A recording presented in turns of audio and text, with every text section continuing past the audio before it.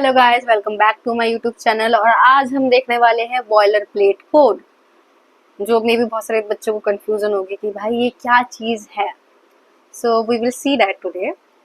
सो overall देखो यार, जब भी हम कोई भी एक HTML का डॉक्यूमेंट लिखते हैं, सो ये particular part and this part is very very important. ये हम 100% लिखते हैं, ये सबसे ज़्यादा रिपीटेड कोड होता है।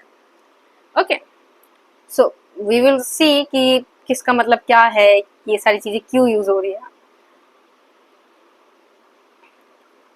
Just a second. Okay, so doctype HTML ये हमें बताता है कि हम यूज कर रहे हैं HTML5। If you see here, all HTML document must start with a document type declaration.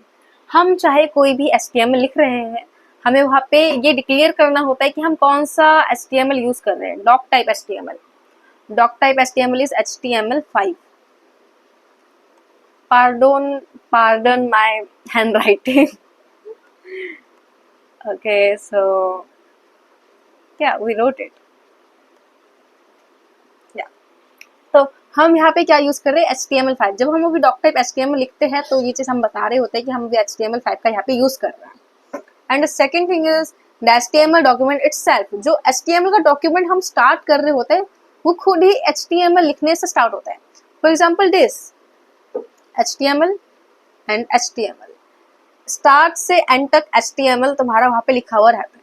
ठीक है, डॉक टाइप HTML तो लिख रहे हो। अगर तुम अभी ये तो बता रहे हो कि ठीक है, जो पर्टिकुलर तुम HTML यूज कर रहे हो दैट इज HTML5, लेकिन अगर तुम अगर इसको हटा दो तो फिर तुम्हारा जो डॉक्यूमेंट पूरा स्टार्ट हो रहा है वो हमारा HTML लिखने से स्टार्ट होता है, और एंड भी HTML लिखने के बाद ही होता है। And the third thing is our body. देखो HTML के अंदर तुम कुछ भी लिख लो, ABCDEF जो मर्जी लिख लो, वो तुम्हारे ब्राउजर में शो नहीं होगा। जब तुम कुछ भी टाइप करोगे या सर्च करोगे ना, वो तुम्हारे ब्राउजर में शो नहीं होगा। तुम्हें अपनी आंखों से वो चीजें नहीं दिखेगी। जो चीजें शो होती है हमें वो दिखा रहता है बॉडी के अंदर, एट दिस पार्ट, यहाँ से यहाँ तक जितना कुछ बॉडी के अंदर लिखा रहेगा वही चीज हमें शो होती है। जैसे कि मैंने H1 लिखा है और P टैग लिखा है, तो मुझे यही दो चीजें शो होगी, बाकी रेस्ट ऑफ द थिंग्स ये सारी चीजें मुझे शो नहीं होगी। तो हेड के अंदर कुछ भी लिख लो, हम आगे जाके समझेंगे कि क्या क्या चीजें हैं। फॉर एग्जाम्पल, पहले तो हमें पता होना चाहिए कि डॉक टाइप HTML क्या है। This tells the browser that we are using HTML5। As I had told you कि हम HTML5 यूज कर रहे हैं। HTML5 जो है वो सबसे ज़्यादा लेटेस्ट वर्जन है HTML का, और हमें यही चीज़ें यूज करनी है because technology is involve.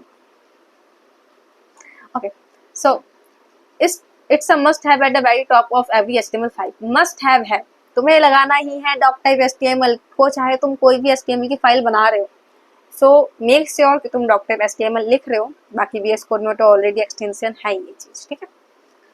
And HTML5 is the latest version, जैसे कि मैंने बताया कि HTML5 जो है वो लेटेस्ट वर्जन है, whose full form जिसका which full form is hypertext markup language। This is a markup language, ये कोई कोडिंग लैंग्वेज नहीं है। अब तुमने बहुत जगह देखा होगा कि HTML lang EN लिखा आता है। जैसे कि अगर नहीं देखा तो हम दिखा देते हैं तुम्हें। अगर हम इसको हटा दें एंड वी डू दिस, तो यहाँ पे देखो, यहाँ पे ना HTML lang इन EN लिखा रहा है। इसका मतलब कि जो हम लैंग्वेज इसमें यूज कर रहे हैं वो इंग्लिश है, जिससे कि जब हमारा सर्च इंजन जो है वर्क कर रहा है तो उसे पता हो, हमारे ब्राउजर को पता हो कि हम कौन सा लैंग्वेज यहाँ पे यूज कर रहे हो, दैट इज इंग्लिश। तुमने देखा होगा कि अमेजोन का तुम जब भी वेबसाइट ओपन करते हो तो वहाँ पे वो पूछता है कि तुम्हें हिंदी में चाहिए या इंग्लिश में चाहिए, क्योंकि दोनों में वेबसाइट बनी हुई है ना। सो दैट्स लाइक दिस कि हम जो भी लैंग्वेज यूज कर रहे हैं हम वहाँ पे HTML में वो चीज मेंशन कर सकते हैं। और फिर हमने देखा हेड। हेड में ये चीजें क्या है, Meta tag and title. Head में, हेड के अंदर तुम जो भी चीजें लिखते हो वो चीजें तुम्हारे पर्टिकुलर स्क्रीन में, जो क्रोम की जो तुम्हें स्क्रीन होगी ना, वो वहाँ पे डिस्प्ले नहीं होती। ठीक है, अभी हम थोड़ा सा देख लेते हैं मेटा टैग क्या है, character set, UTF-8, name, viewport and ये सारी चीजें क्या है। इफ वी सी दिस,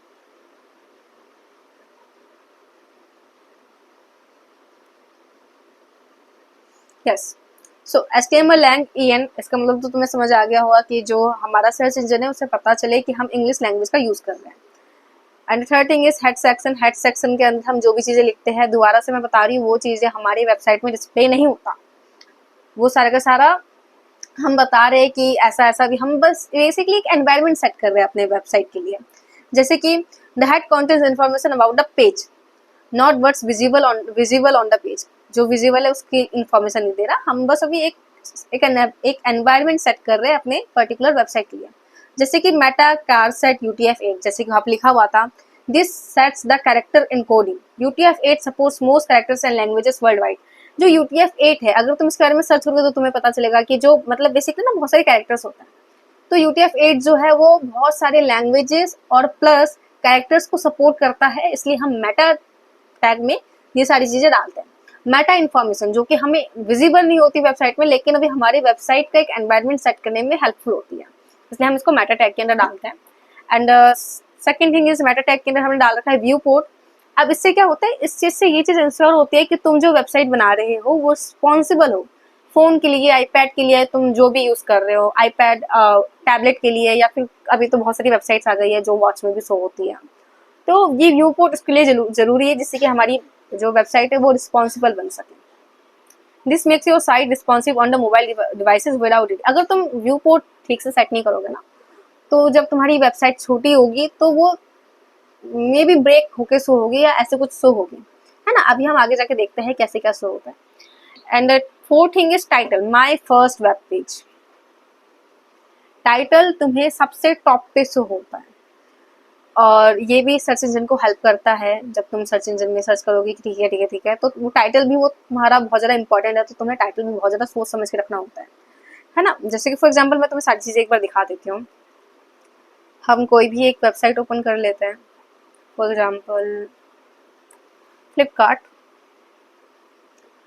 और अगर हम Ctrl+Shift+I करें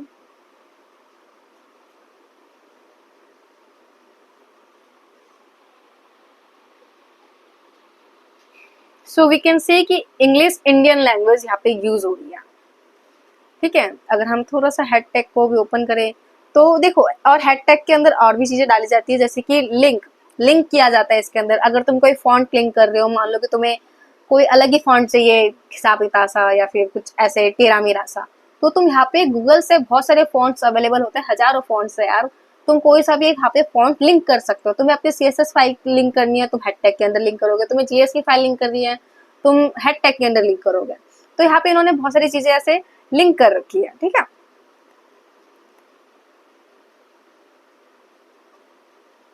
एंड टाइटल, देखो इनके भी मेटा टैग है। मेटा टैग में इन्होंने व्यू पोर्ट डाल रखा है कि width, device width, minimum scale, ये जो भी चीजें हैं ये बेसिकली तुम्हारा, जिससे कि तुम जब वेबसाइट को छोटा बड़ा करो तो वो फट ना जाए या फिर उनकी लेयरिंग खराब ना हो जाए, इसके लिए डालते हैं।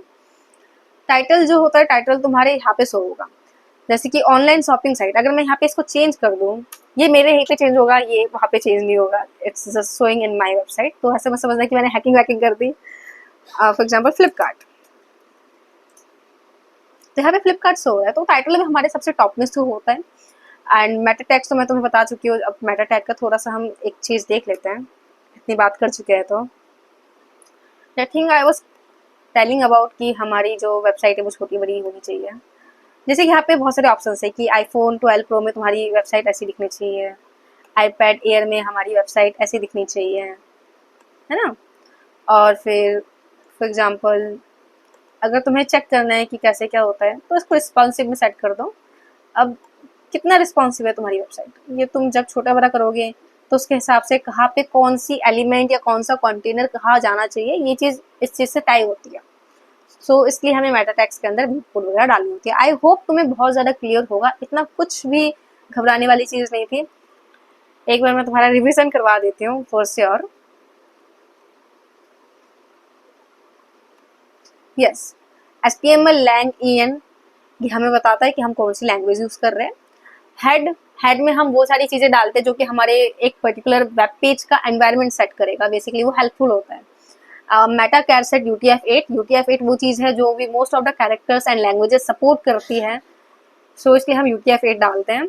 एंड व्यू पोर्ट ये उसके लिए है रिस्पॉन्सिवनेस, कि कितना भी हमारा वेबसाइट रिस्पॉन्सिव है, जिससे कि हमारी लेयरिंग वगैरह खराब ना हो जब हम उसी वेबसाइट को अपने फ़ोन में देख रहे हैं या वॉच में देख रहे हैं या iPad में देख रहे हैं। टाइटल, टाइटल मैंने अभी भी बताया कि जो भी तुम्हें सबसे ऊपर शो होता है वो टाइटल होता है बेसिकली तुम्हारा, और टाइटल बहुत ज़्यादा ज़रूरी है क्योंकि तुम्हारा सर्च इंजन ऑप्टिमाइजेशन तुम्हारे टाइटल को भी देखता है। Fourth thing is body section. Body section से अब हम वो चीज़ें लिखेंगे जो चीज़ हमें एक्चुअल में शो होगी। जितनी भी चीज़ें बॉडी में लिखी जाती है, heading, images, buttons, bold, paragraph, जो भी तुम लिखोगे वो चीज़ तुम्हारे वेब पेज में शो होगी। ठीक है। टाइटल, टाइटल में तुम्हें बता चुकी हूँ कि टाइटल कहाँ पे यूज होता है। एनीवेज, सो अब आई होप तुम्हें सारी चीज़ें क्लियर होगी कि बॉयलर प्लेट कोड क्या होता है, ये कैसे चीज़ें वर्क करती है ना। तो अभी फिलहाल के लिए तो तुम इतना ही समझ लो, अपने दिमाग में बिठा लो, जिससे कि तुम्हें आगे जाके हेल्प हो। बिकॉज बॉयलर प्लेट कोड के बारे में भी पता होना बहुत ज़्यादा ज़रूरी है, क्योंकि अगर तुम्हें पता ही नहीं है, तुम डेली एक ही कोड को रिपीट कर करके लिख रहे हो, लेकिन तुम्हें मालूम ही नहीं उसकी मीनिंग्स क्या है, तो थोड़ी सी कहीं ना कहीं प्रॉब्लम है। So anyways, that's it for the video. Thank you very much.